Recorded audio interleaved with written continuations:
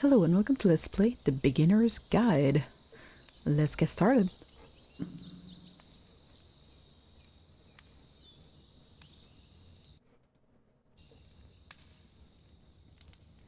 Audio is on. Okay, that's simple enough.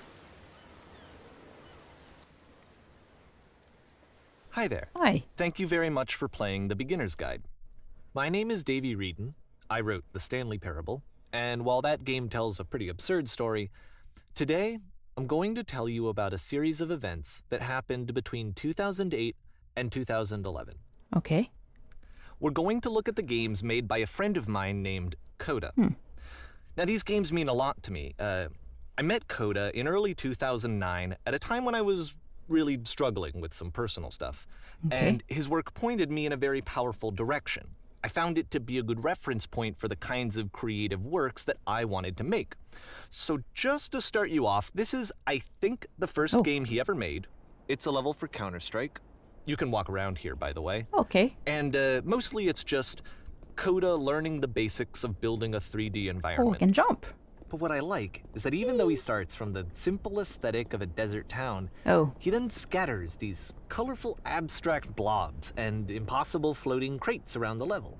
Okay. And of course, it destroys the illusion that this actually is a desert town, and instead this level becomes a kind of calling card from its creator. It's like a reminder that this video game was constructed by a real person. And it kind of makes you wonder, what was going through his head as he was building this? This is what I like about all of Coda's games. I mean, not that they're all fascinating as games, but that they are all going to give us access to their creator.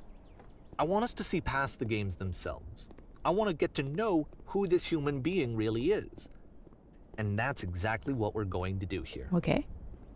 So, it's 2008, Coda starts making these games, and he never releases any of them.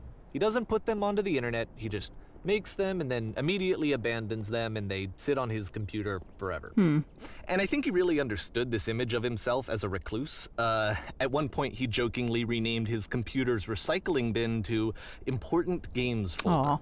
So, you know, this was just how he worked. He tended to crank them out one after the other without even really pausing to try to understand what he had just made, until suddenly one day, he just stopped. In 2011, that was it. He made his last game, and then he hasn't made another one since. And that's why I've taken this opportunity to gather all of his work together, is because I find his games powerful and interesting, and I'd like this collection to reach him, to maybe encourage him to start creating again. And if the people like you who play this also happen to find his work interesting, then I'm sure it'll just send that much stronger of a message of encouragement to Coda. So thanks for joining me on this. If you have a particular interpretation that I haven't mentioned here, or if you just need to get in touch, you can email me at daveywreden@gmail.com. Okay. Okay, that's about it for introduction. Let's take a look at Coda's first proper game. As each game is loading, I'll show you the date that it was completed. This first one was made in November 2008.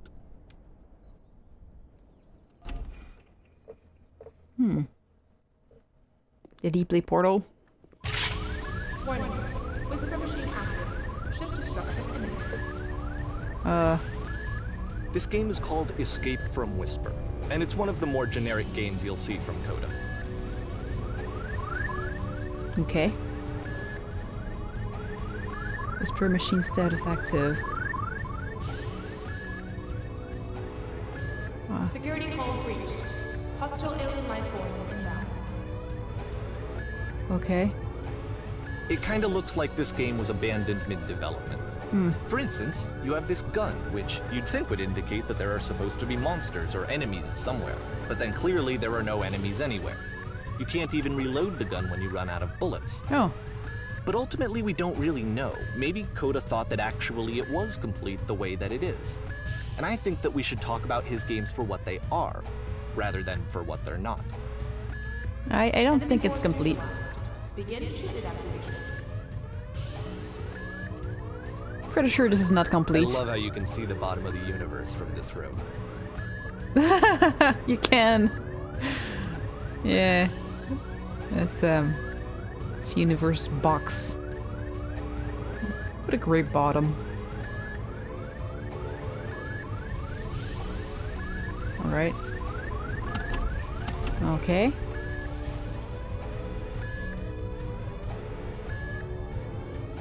Apparently, this space station has a labyrinth on it. Sure, I don't know.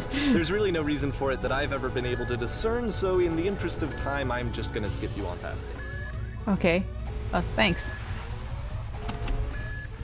Okay, this is the part that's interesting. The game has this narrative about the whisper machine and how it has to be turned off, and then you get to the engine room. Okay. Hey, you there, in the engine room. You could save us all. That beam is powering the whisper machine. We could disrupt it by introducing a great enough heat signature. If your body could stop the beam. What?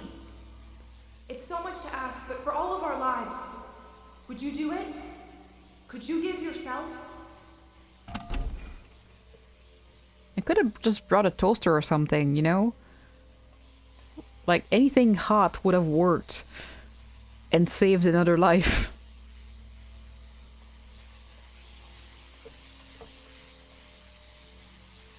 This is not a branching point, unfortunately. The only option is to step into the beam.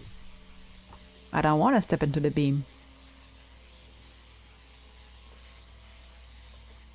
I can't leave.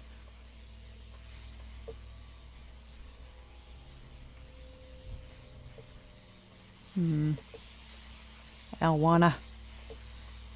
Can I throw my gun in there? That could disrupt the beam, right?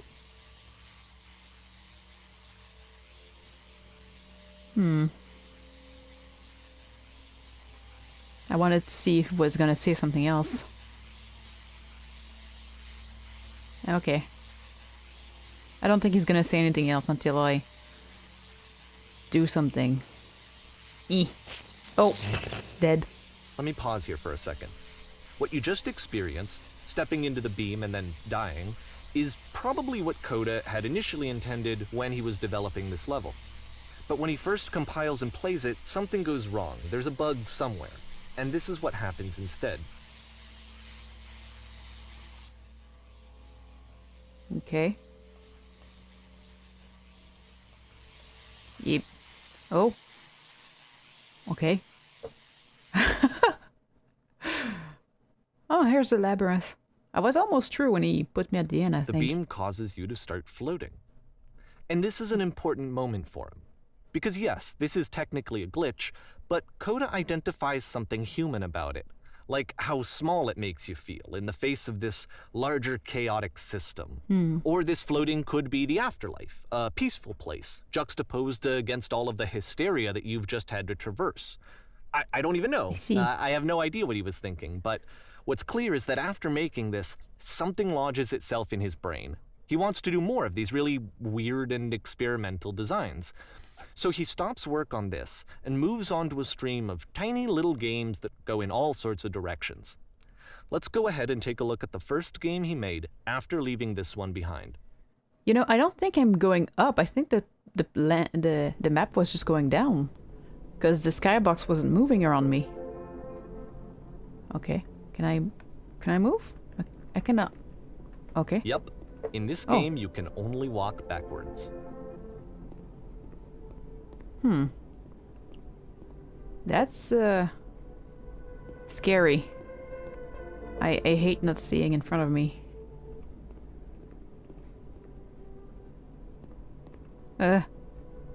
So it's a short and relatively minimalist experiment combining motion and narrative. It is less advanced than the previous game, but actually it seems to be more focused, more complete. Coda's trying to give it a unique voice rather than simply basing it on a pre-existing trope. Okay. Why does the future keep changing? Because it's not set in stone? It's what you make of it, and hopefully good things happen if you do the right things? I don't know. When she stops and looks, it becomes clearer. It's kind of hard to navigate backwards, but the future is always behind her. How will she find the strength?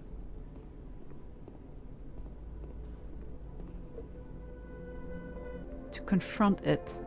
It's a short little thought, it says what it wants to say, and then it ends. Didn't need anything more than that. Which to me is why it works, because it gets out quick. Okay, next one. Okay.